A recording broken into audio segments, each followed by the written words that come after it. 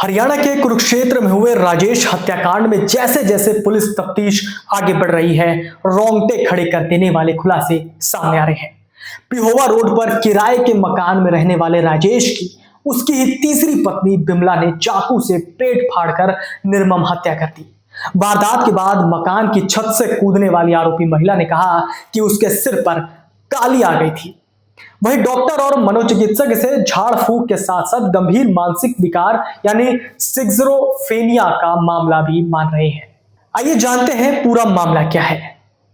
रविवार को मकान मालिक रिंकू की मां अमरो देवी ने बताया कि बिमला सनकी किस्म की महिला है। वो टोना टोटका करती रहती थी। राजेश की हत्या करने के बाद जब आसपास के लोगों ने उससे वजह पूछी तो वो एक ही बात कह रही थी, मेरे सिर काली आ गई, मैंने राजेश को मार दिया। पुलिस के आते ही वो बेहोश हो गई। पिहोवा रोड स्थित राज पैलेस के पास जिस मकान में राजेश किराए पर रहता था, उसके मालिक रिंकू के बयान भी पुलिस ने दर्ज किए। राजेश रिंकू के ही आरओ वाटर प्लांट में काम करता था। रिंकू ने बताया कि शाम को बिमला और राजेश में झगड़ा हुआ था। दोनों के चिल्लाने की आवाज आ रही थी। इसी बीच राजेश की चीख सुनकर वो उनके कमरे में गए।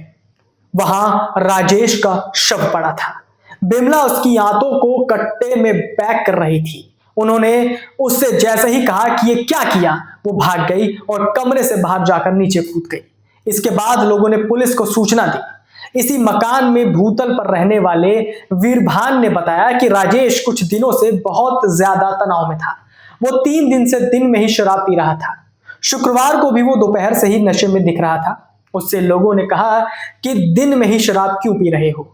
इस पर उसने माफी मांगते हुए कहा कि आज आखिरी बार पी है। वो शराब के नशे में ही आरओ प्लांट में काम करने चला गया। नशे में होने की वजह से रिंकू ने उसे वापस भेज दिया। दोपहर के बाद वो अपने कमरे पर चला गया। शाम को बिमला और राजेश के बीच झगड़े की आवाज आने लगी। बिमला के छत से कूदने के बाद राजेश की हत्या का पता चला।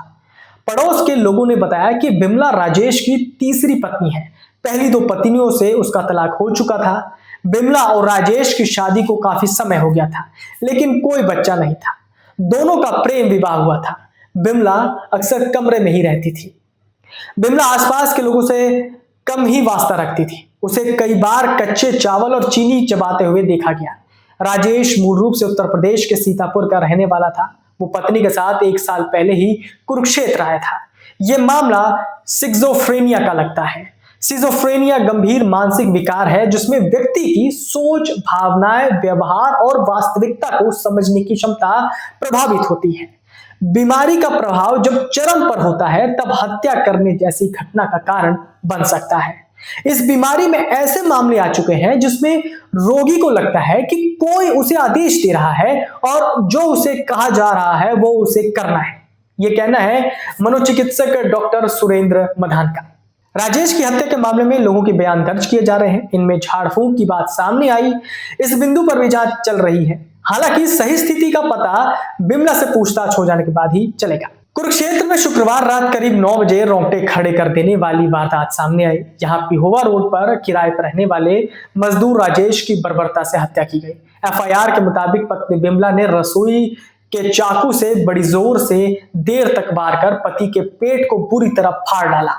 हमले में पति के पेट पर 37 सेंटीमीटर गहरा और लंबा घाव हो गया, जिससे आंतें और किडनी तक बाहर निकल आए। इसके बाद बिमला ने फर्श पर पड़े अंगों को कट्टे में पैक किया और फिर पहली मंजिल से गली में छलांग लगा दी। वो गंभीर रूप से घायल हो गई। लोगों ने पुलिस को बताया कि राजेश मूल रूप से यूपी के सीतापुर का रहने वाला था। वो रिंकू के मकान में पहली मंजिल पर पत्नी बिमला के साथ रहता था।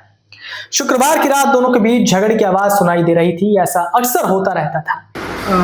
देखिए 21 तारीख की घटना है। राज पैलेस के सामने जो ये घटना घटित हुई थी, मर्डर की घटना थी। इसमें एलिगेशन जो मृतक था उसकी वाइफ के ऊपर एलिगेशन है कि उसने उसका मर्डर किया है और हमने सेम डे उसमें एफआईआर दर्ज कर दी गई थी।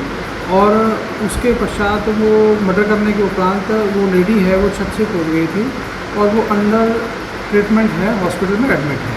तो जिस वजह से अभी तक इन्वेस्टिगेशन जारी है और जैसे ही वो ठीक हो जाती है और ट्रीटमेंट के बाद उसके खिलाफ जो भी कार्रवाई बनती है वो की जाएगी। सर, क्या अभी तक हमारी जांच में हत्या का कोई मोटिव है वो कुछ सामने आया? देखिए वो जब तक उसको ज्वाइन नहीं किया जाएगा कल्प्रिट को, तो तब तक ये नहीं कहा जा सकता। अरेस्ट जब उनको ज्वाइंट इन्वेस्टिगेशन किया जाएगा, पूछताछ की जाएगी, तभी सब चीज़ का खुलासा किया जाएगा। सर, आसपास के पड़ोसियों में एक चर्चा है कि वो झाड़ फूँस करती थी, और जो हमने एफआईआर दर्ज करी है उसमें भी जो रिंकू है उसने आरोप लगाया है उस महिला पर कि वो झाड़ फूँस में थी, और वो मारने के बाद, छत से कूदने के बाद वो एक बात बोल रही थी, मुझ में काली आई, मैंने मार दिया। तो ऐसा कुछ अंधविश्वास की तरफ जब तक मैंने पहले कहा है, आप हमारे द्वारा उनको ज्वाइंट इन्वेस्टिगेशन नहीं किया जाता, तब तक जो फैक्ट है, रीज़न क्या है उसके मर्डर के पीछे, तब तक ये बातें नहीं कही जा सकती। इसलिए किसी ने ज्यादा ध्यान नहीं दिया।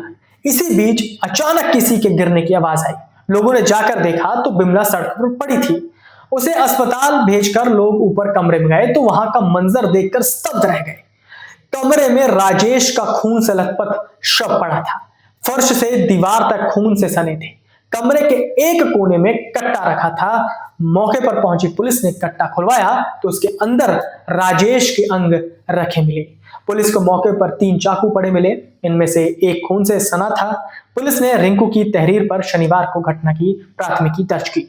आपके राज्य की खबरें, आपके शहर की खबरें सबसे पहले जानने के लिए देखते रहें अमर उजाला।